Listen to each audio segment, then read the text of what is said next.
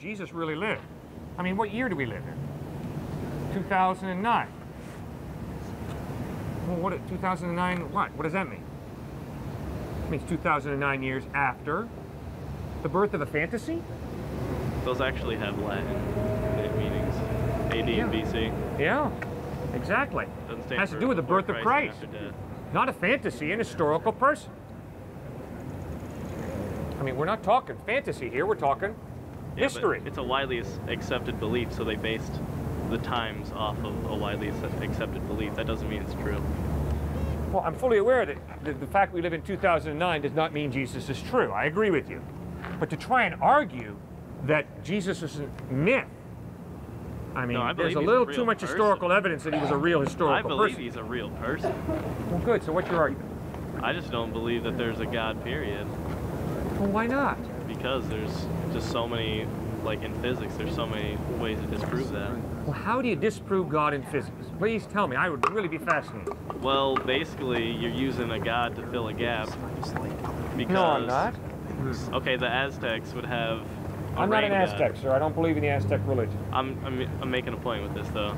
The Aztecs would use a god for rain. The Egyptians would have a god for farming and pregnancy and such.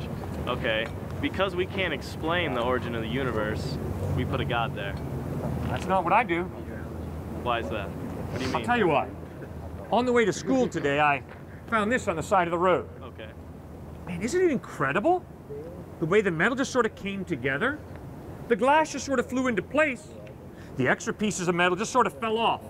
And lo and behold, as a result of the impersonal plus chance plus time, this wristwatch popped into existence.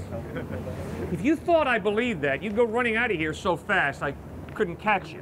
Why? Because the order and design of this wristwatch demands a watchmaker, an intelligent mind.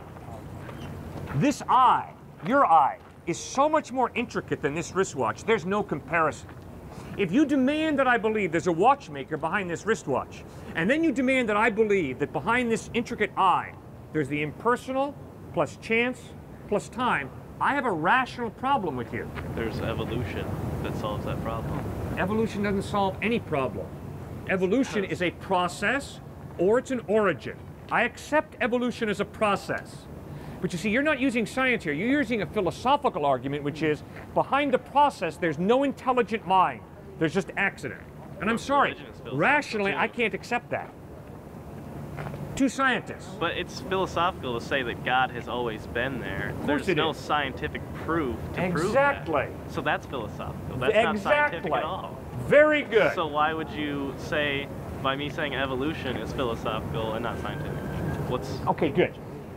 You have to, you're right, I didn't explain this, I'm sorry. When you talk about evolution, you have to divide evolution into two parts. Macro and micro. No. Origin, process.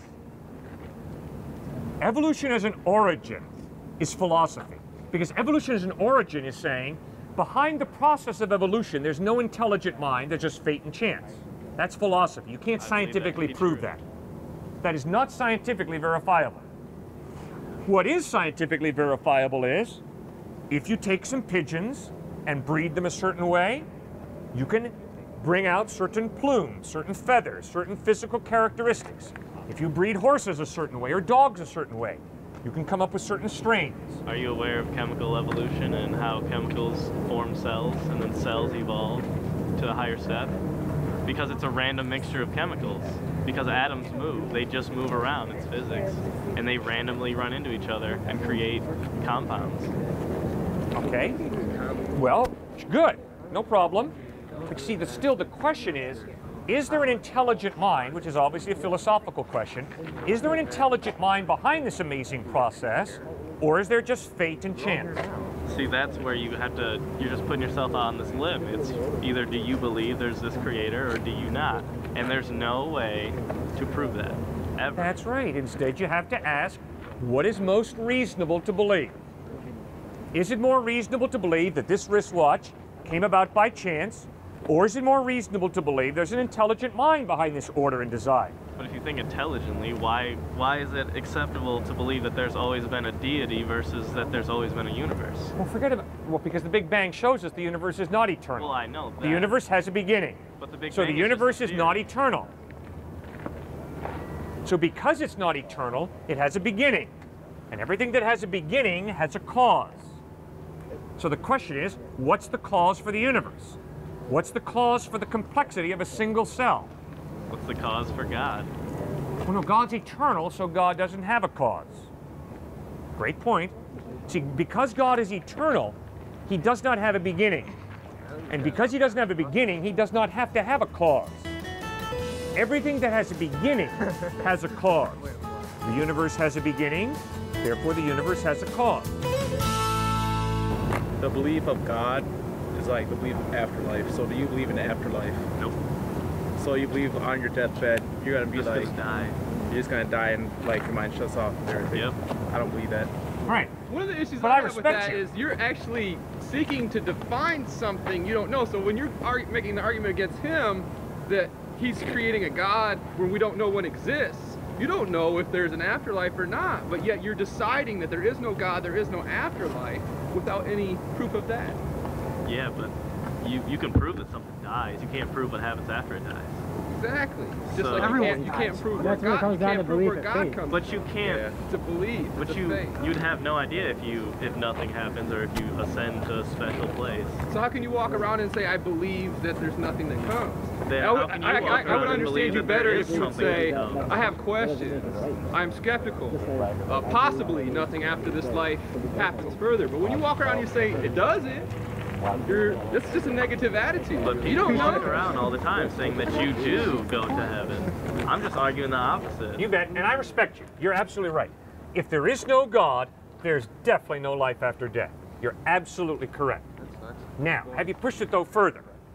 Take your worldview, which is there is no God, and live it out consistently, reasonably. Because there is no God, do you realize that love is simply a biochemical reaction? What's wrong with that? I didn't ask if anything was wrong with it. I just asked you, do you realize that if there is no God, love is simply a biochemical reaction? Sure. Yeah. Right? I accept that. You accept that. Okay, which means when your girlfriend, if she ever does, turns to you and says, I love you, you understand what she really means is, you have excited certain biochemical reaction inside of me that happens to be going off right now. Yeah. Okay. So also when you go back home for vacation, you realize that when your mom or dad say, I love you, what they really mean is, because you're one of my offspring, I am so genetically tied to you that biochemically I am predetermined to feed you. Yeah. I don't really care for you. I don't love you in a sense of a free will that's choosing to care for you. I just have this biochemical reaction that's going off. Right? Sure. But there's parents who leave their offspring all the time. Exactly. Which points to the fact that there is more to reality than just this biochemical reaction, doesn't it?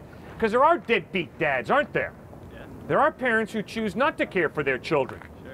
which should inform you that there's something more going on than your worldview is allowing for. That's not true. All right, fine. If you're right that there is no God, is there such a thing as free will? Yeah. You can do whatever you want. Oh yeah? Who's you? And If there is no God, who is you? Who is me? It's a complex biochemical reaction, isn't it? That's all there is. There's no him who has a free will. There's a complex biochemical reaction in this brain. And if he treats me nicely, I'm grateful, but if he treats me horribly, well, he didn't have any choice. That's what his biochemical reaction programmed him to do. Okay.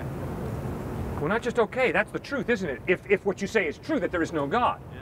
Right, remember? We're just complex biochemical reactions. Wham! Why'd you do it, Cliff? Because I had to, sir. My biochemical reactions programmed me to haul back and hit you as hard as I could. That's why I did it. We can't live that way, though, can we? You can, though. You're right, you can. Do you? I don't. Why not?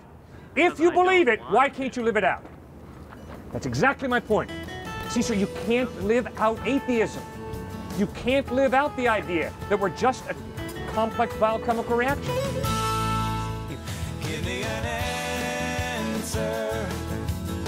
Don't waste my time. Tell it to